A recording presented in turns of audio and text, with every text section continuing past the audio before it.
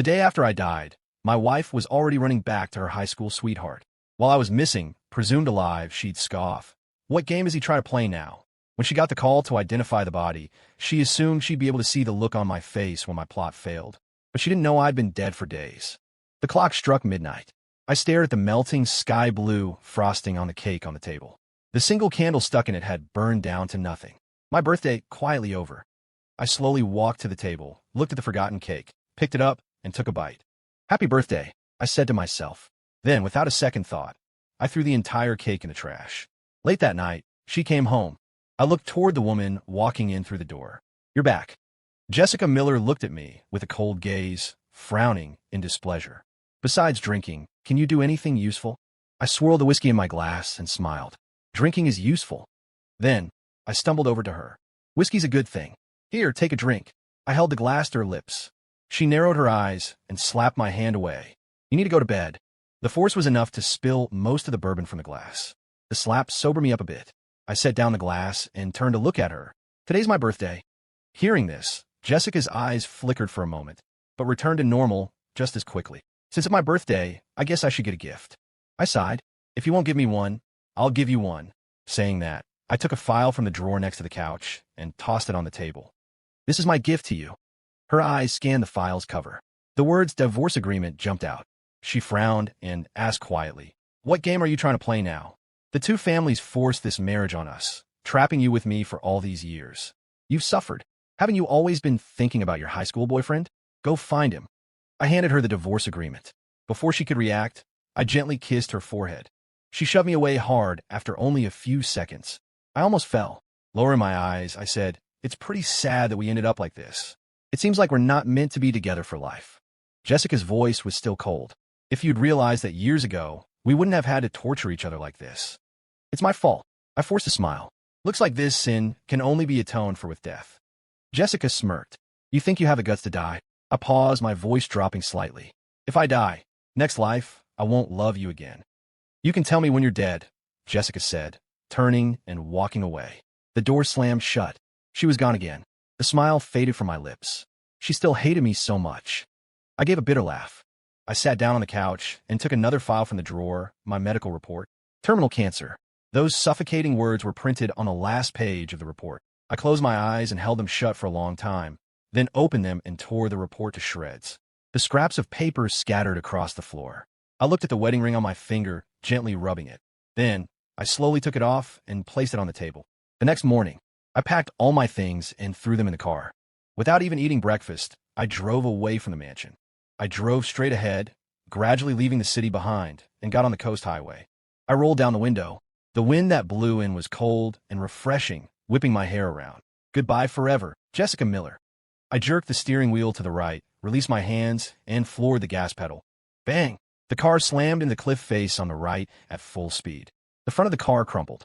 Red blood began to pool beneath the driver's seat. Even though I was dead, my spirit lingered. I thought I could finally be free of Jessica Miller after death. But for some reason, my soul was always around her. 60 floors up in Global Enterprises. I floated to her office. After her parents died in a car accident, she took over the company. Her secretary brought her a strong coffee, and I followed her into the office. "Ms. Miller, the video conference with Weiss starts at 9:30. The meeting materials are on your desk." Jessica nodded slightly, but I noticed something was missing from her finger. That's right, the wedding ring. Even though Jessica didn't treat me well, she never took off her wedding ring. But today, the ring was gone from the ring finger on her left hand, leaving only a faint red mark. Right, we're divorced. There's no need to wear the ring anymore. I felt a pang in my chest, like I was suffocating. I didn't know ghosts could still have feelings. Around noon, I checked the time like I always used to. For the past 5 years, I'd gone to Jessica's office to bring her lunch, day in and day out. But today I wasn't there. Her secretary, Heather, seemed to suspect something. She quickly ordered takeout for Jessica. 30 minutes later, the food arrived. "Ms. Miller, lunch is here." Heather left after putting the takeout down. Jessica finished her work, opened the container, and frowned slightly after only one bite. It seemed like she noticed that the taste might be different. She ate a few bites and then set it aside. Her phone buzzed on the table. I glanced at it and saw a familiar name. Her eyes stayed fixed on the document. She picked up the phone and answered. "Jessica, are you off work yet?" Jessica lowered her eyes and looked at the phone screen, the corners of her mouth tilting up slightly. Yeah, almost. Then let's have dinner together tonight. Jessica looked at the files on her desk and quietly agreed. Okay. Jessica picked up the pace, finished reading the file in her hand, and left the office. The Continental Hotel. Jessica's car pulled up in the distance. Harry Chun adjusted his jacket and waited for her to get out with a smile. Jessica walked toward him. Have you been waiting long? Harry naturally put his arm around her shoulders. No, I just got here. Jessica's body visibly stiffened for a moment, but she quickly relaxed. The two walked into the French restaurant on the third floor of the Continental Hotel. Harry chivalrously pulled out a chair for Jessica and ordered a few of her favorite dishes. I couldn't help but feel like this was pathetic. Jessica never once ordered me food. Every time I eagerly put food on her plate and looked at her with hopeful eyes, she'd say coldly, Michael, do you have any self-respect? Can you save some energy? Harry seemed to be in a good mood, his face constantly showing his smile. One by one, the beautiful dishes were placed on the table. Harry maintained his proper manners, even occasionally putting food on her plate. Jessica raised her eyes to look at him. Are you feeling better? Harry continued cutting his steak. Much better. It's just a stomach ache, an old problem. It won't bother me if I eat regularly. I don't remember you having stomach problems when we were in college. Harry paused and looked her in the eyes. I was taken care of so well by you back then. I didn't have the chance to get sick. Jessica lowered her eyes. She didn't take care of you? Harry put down his knife and fork, his eyebrows slightly furrowed. Michael robbed you of 5 years, and I forced myself to stay with someone else for 5 years. But we both know that you can't force feelings. We deeply love each other. If Michael hadn't come between us, we could have been together 5 years ago. Yes, it's all my fault. Now I'm finally gone, giving you what you wanted. Jessica seemed to recall all the unpleasantness she'd experienced 5 years ago. Her face was filled with a bit of guilt. I'm sorry. Harry got up and walked to her side, bending down. No, it's not your fault. Michael and his family used their power to force us apart. We were powerless back then. We couldn't resist. He looked at her face, his eyes finally landing on her red lips. He slowly leaned in. In the blink of an eye, Jessica almost subconsciously turned her head, dodging his kiss. I was curious about what she was thinking at that moment, why she had that kind of reaction. Could she be worried about the things I told her? Jessica, after we get married, stay away from other men. They all have impure intentions. Only I truly love you. I shook my head, feeling like I was deceiving myself. Why would she care about what I said? Harry's face froze. He stood up straight. I apologize. I forgot that you're married. We're divorced. When she said these words, Jessica subconsciously touched the spot on her left ring finger. The ring that had been on it for 5 years was gone, but the imprint from wearing it for so long was still there. Harry looked shocked. Really? You're divorced? But I noticed the moment when the corners of his mouth turned up. Jessica stood up and pulled him back to his seat. Yeah, divorced. Harry put his hands on the back of her hand, smiling. That's great, Jessica. You finally don't have to force yourself to stay by his side. He held her hand tightly. This is a good thing. We should celebrate. Jessica didn't care. It's not a big deal. There's no need to celebrate. Of course we have to celebrate. Harry said, raising his voice. I've been waiting for this day for 5 years. Jessica, even if it's just for me, let's celebrate. Seeing the bright smile on his face, Jessica didn't want to disappoint him, so she went along with him. The 8th floor of the Continental Hotel was a gilded cage. It was a gathering place for the famous socialites of Boston. After they finished eating, they went up to the 8th floor. I followed them, my body seeming to be out of my control. I didn't want to watch them show off their love like that. When they got to the 8th floor, they happened to run into Jessica's friends and a group of men drinking. Harry pulled Jessica straight into their private room. Deafening music blasted from the room. Harry wrapped his arm around Jessica's shoulders, seeming to declare his ownership. Her friends cheered, filling up and emptying glasses of wine. Eventually, Jessica was so drunk that she could barely stand. Her head was swimming. She squinted at her watch and mumbled, "Midnight. I have to go home. Michael doesn't let me come home late. He's always controlling me. It's so annoying." Harry was always by her side and seemed to hear her mumbling to herself. His face darkened slightly. He put his arm around her waist and softly coaxed. "Jessica, you're divorced now. No one's going to control you anymore. So you don't need to follow any rules about not drinking or coming home early." "Divorced?" Jessica closed her eyes and laughed. "That's right, we're divorced. Yeah, we're divorced." Seeing how happy she was, I felt like after loving her for so many years, I hadn't gotten even a tiny bit of love in return. She staggered forward and took a glass of wine from someone, downing it in one gulp. A bit of the liquid dripped down the corner of her mouth and onto her neck. Harry stared intently at the enchanting woman, his atoms apple bobbing. All right, he said, blocking the others from giving her more wine. That's enough for tonight. Jessica's drunk. I'll take her to rest. He supported Jessica and slowly walked out of the room. Jessica silently followed Harry out of the room and took the elevator up to the 60th floor. Come on, Jessica, be careful. Harry helped Jessica to the door of one of the rooms and opened it with a pre-prepared key card. Come on, let's go inside. Was I really going to have to watch them together? That was too cruel for me. The two entered the room. Harry helped her lie down on the bed. Just as he was about to help her take off her coat, Jessica suddenly sat up and pushed him away, her bright eyes not showing much emotion. Harry was stunned for a moment and tentatively asked, "What's wrong? I'll get another room." Jessica stood up, the dizziness making her sway a few times, almost losing her balance.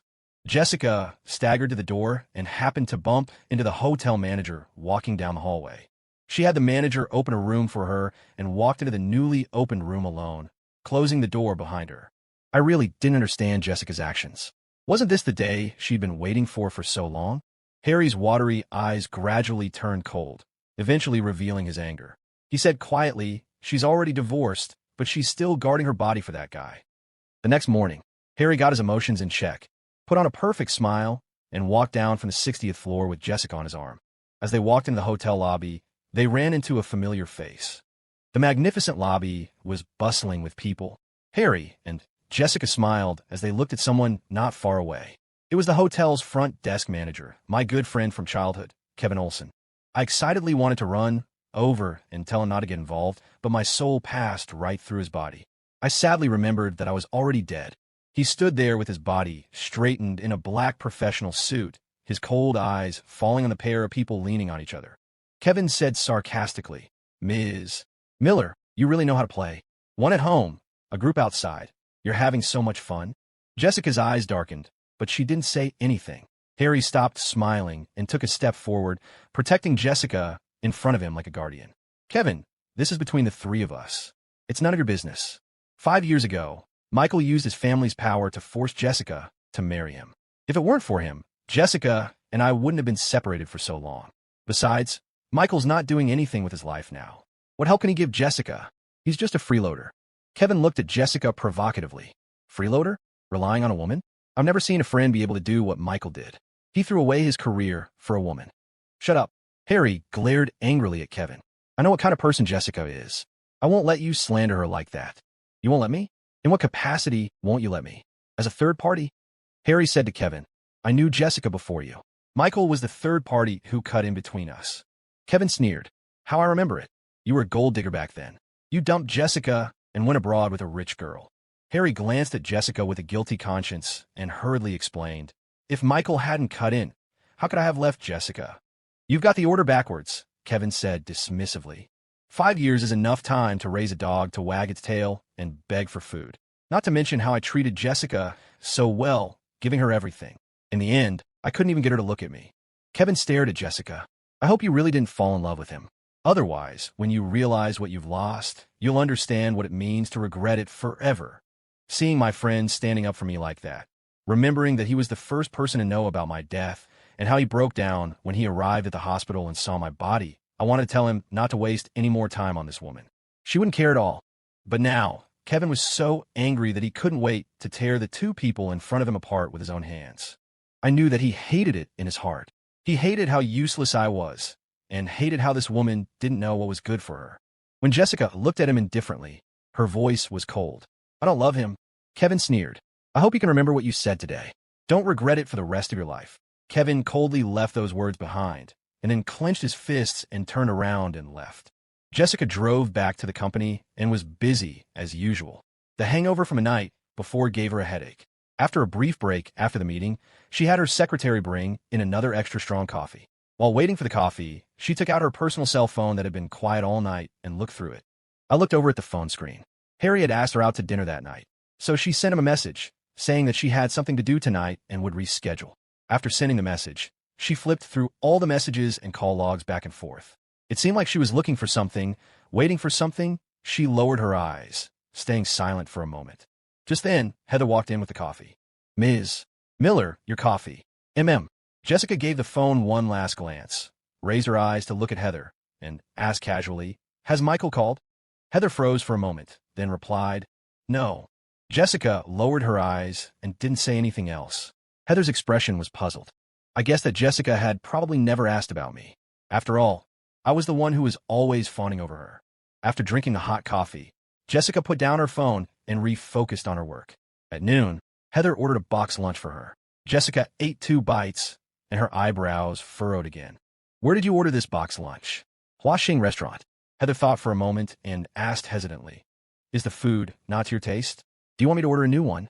Is the one you ordered before from the same place as this one?" "No, order from the other place from now on." Heather looked at the president and didn't dare to speak. Jessica glanced at her and said quietly, "Can't do it?" Heather seemed to struggle internally for a moment and confessed. "The food from before was all sent by Mr. Thompson." Heather said nervously, "For the past few years, your lunch has been sent over by Mr. Thompson. He delivered almost every day, rain or shine, and he was always on time. Because he was afraid you wouldn't eat it, Mr. Thompson specifically told me not to let you know that it was the food he sent, so I didn't tell you. I'm sorry, Ms. Miller. I shouldn't have taken it upon myself to do that." Yes, no matter how carefully I used to make food for her, as long as she knew I made it, she wouldn't be willing to taste a bite. From then on, I was careful and tried to please her in a humble way. I didn't ask her to fall in love with me. I only asked her to accept my love. She probably just got used to it and was uncomfortable suddenly changing the taste. Jessica didn't say anything. She just waved her hand and told her to leave. Jessica looked at the box lunch in front of her, her expression unclear. The food in there was average. Every meal I made before was beautifully arranged and carefully made. The taste wasn't particularly good, but it had a homemade flavor in it. She opened her phone again and looked through it, but there were still no new messages. She put down her phone and went back to work. By the time Jessica finished handling everything, it was already late. She looked at the time, then she drove back to the mansion. The house hadn't had an owner for 2 days. The servants and maids were conscientiously taking care of the mansion. Seeing Jessica come back, the servant was very happy. "Madam, you're back. I'll go to the kitchen and have them prepare dinner for you." Jessica took off her coat and handed it to the maid. Then she asked the servant, "Is Mr. Thompson home?" The servant shook her head and said worriedly, "Mr. Thompson drove out yesterday morning and hasn't come back yet." Jessica said quietly, "Have them prepare dinner." Okay. I've been gone for 2 days.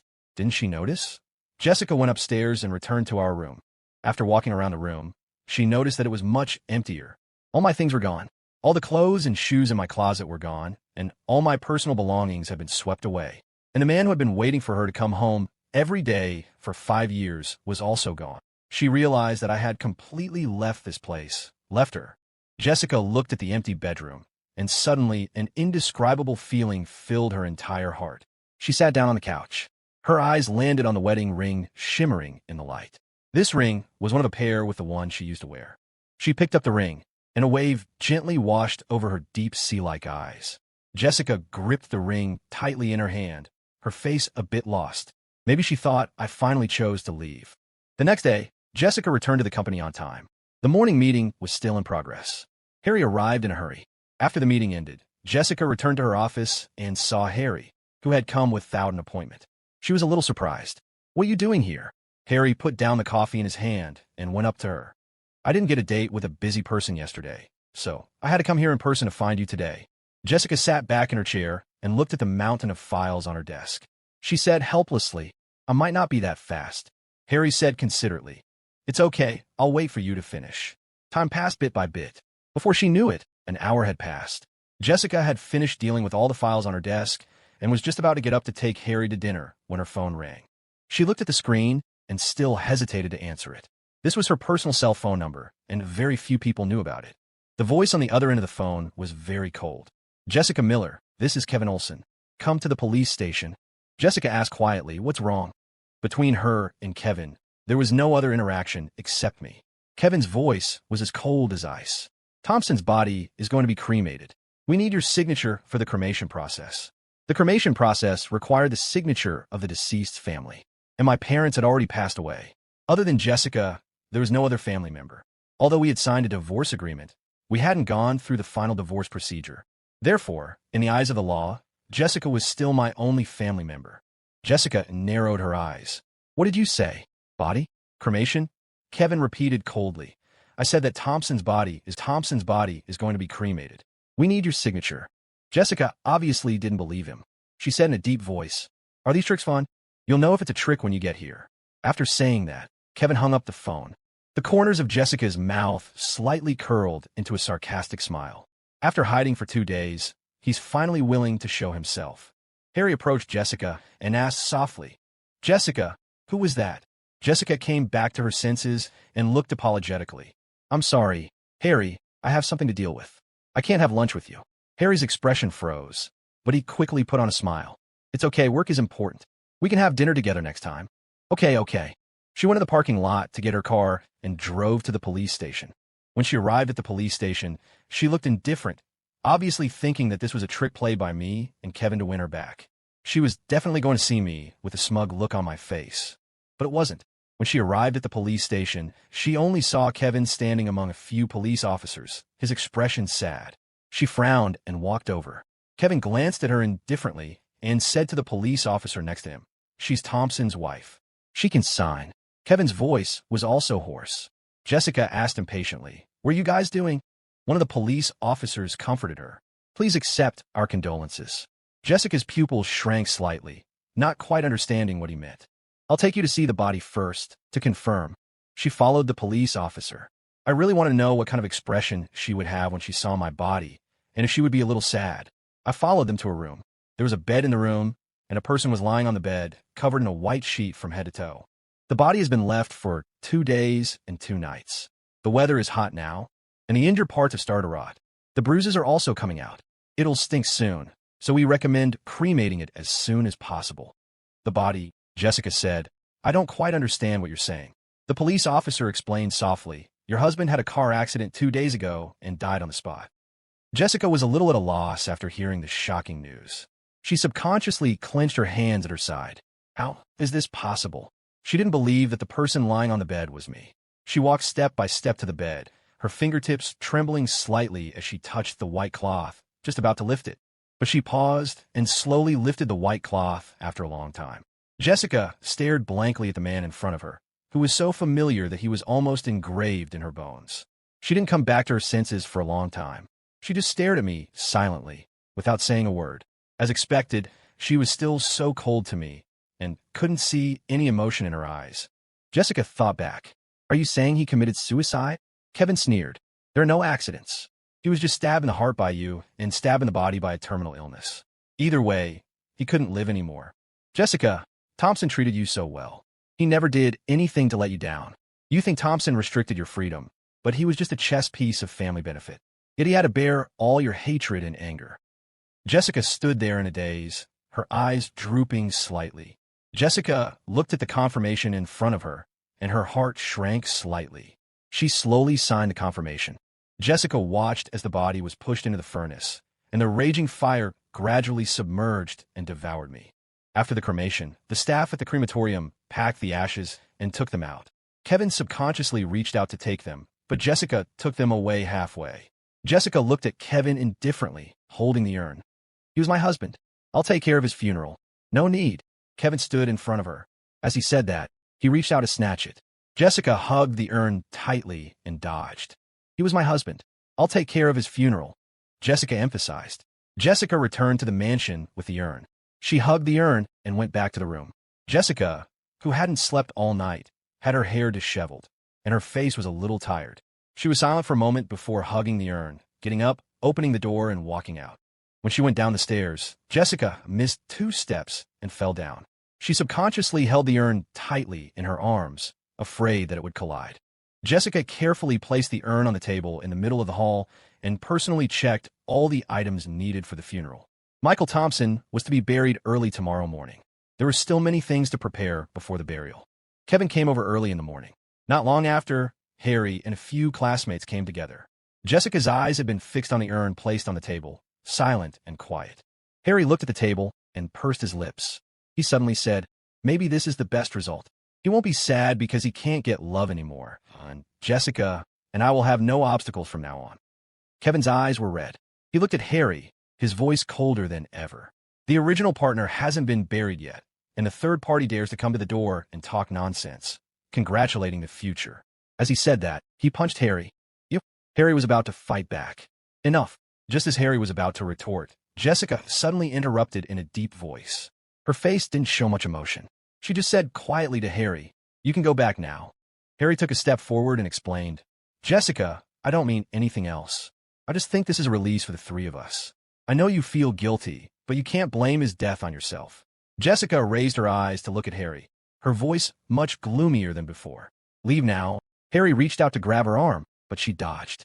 Kevin and Jessica prepared everything for the funeral together.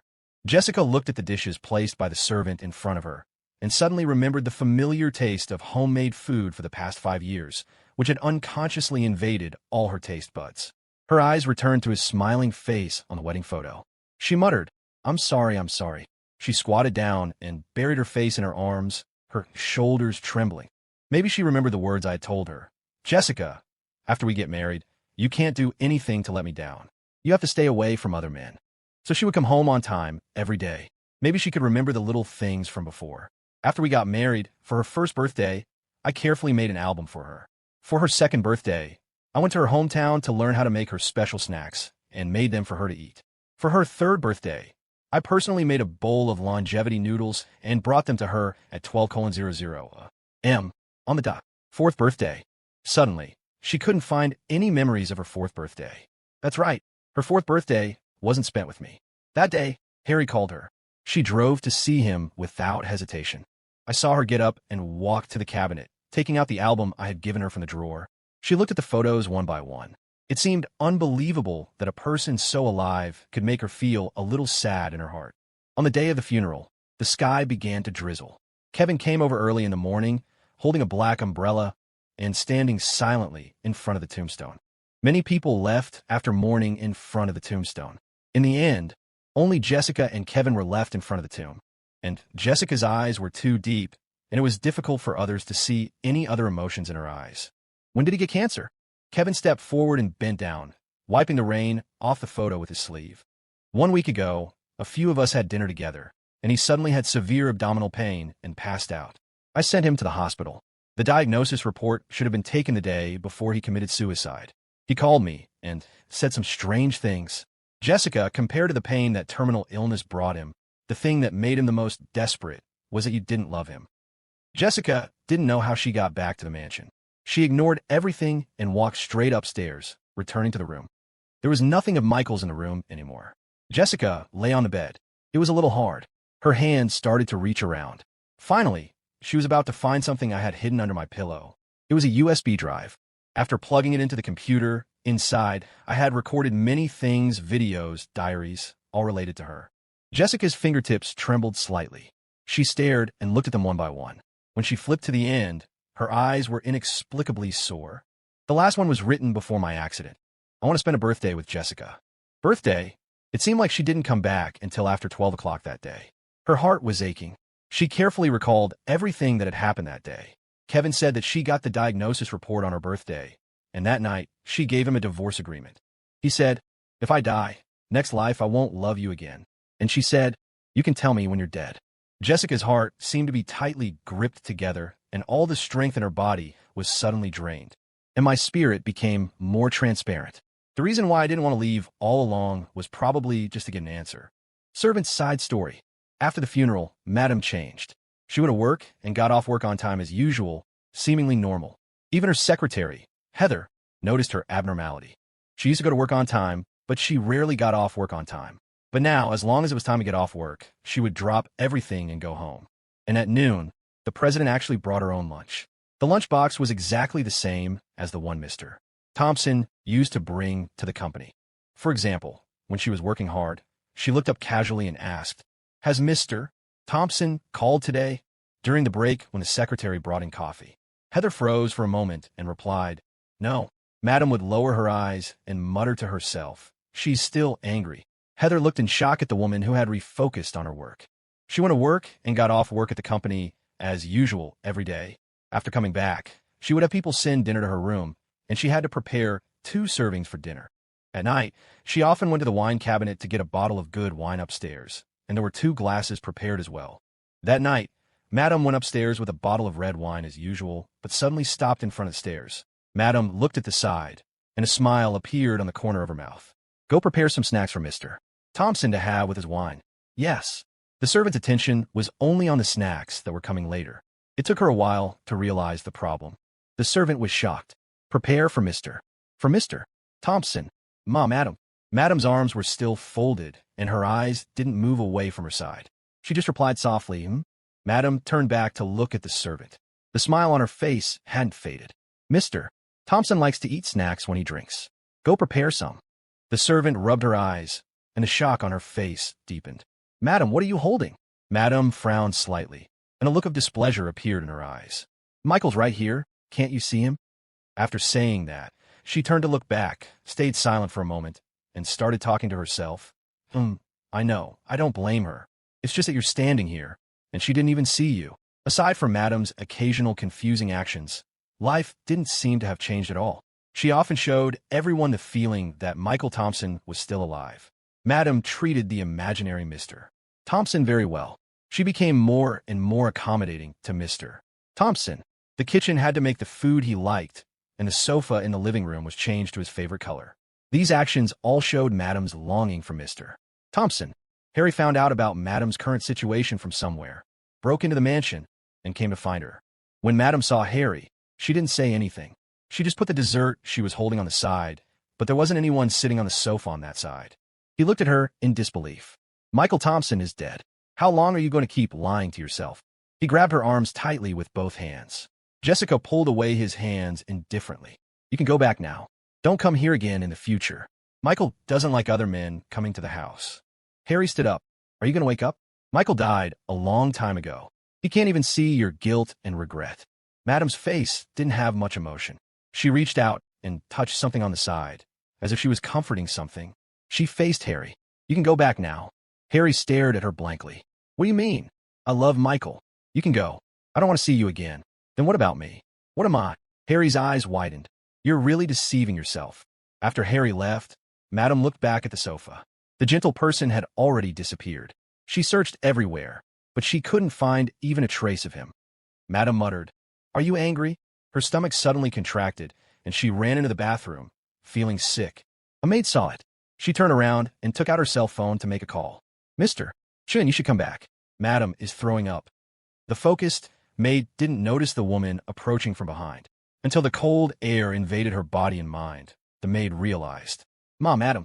Madame's cold gaze stared at her, without saying anything. The maid was so scared that she was sweating. Madam, I didn't mean it. It was Mr. Chun. He asked me to report everything about you. Mr. Chun gave me money to report everything about you and Mr. Thompson at the mansion. On Mr. Thompson's birthday, he asked me to secretly put some photos in Mr. Thompson's room. I refused, but he still sent them to Mr. Thompson with his cell phone. Madame's eyes narrowed. What photos? The maid said, tremblingly, some intimate photos of him and you, and the pregnancy test report. Madame's eyes sharpened, and the cold air was even stronger. She had cut off all business dealings between the company and Harry. Overnight, Harry lost everything. He searched everywhere for Jessica, like a madman, at the company, at the mansion, and at the restaurants and entertainment venues she often went to. But he didn't even see her shadow. He was like a headless fly, with nowhere to vent his anger. Until one day, he called the maid and understood. Jessica was still living a monotonous and boring life between the company and the mansion. Every day when she came home, she still had people prepare 2 dinners and send them to her room to eat. Occasionally, she still went downstairs to get a bottle of red wine and go back to her room, still with 2 glasses. 1 year later, Michael Thompson's death anniversary. Jessica brought a bouquet of baby's breath to see him. She finally recognized the fact that he was gone. Jessica stayed there quietly for the whole day, without saying anything, until night fell before she got up and left. On the drive back, it started raining heavily. She saw a truck from the next lane, losing control and crashing head-on.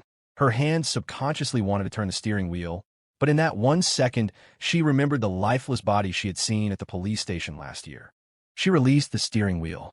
It's fine. Bang! With a deafening crash, Jessica fell into darkness forever. When her spirit floated out of her body, she saw a familiar back. The end.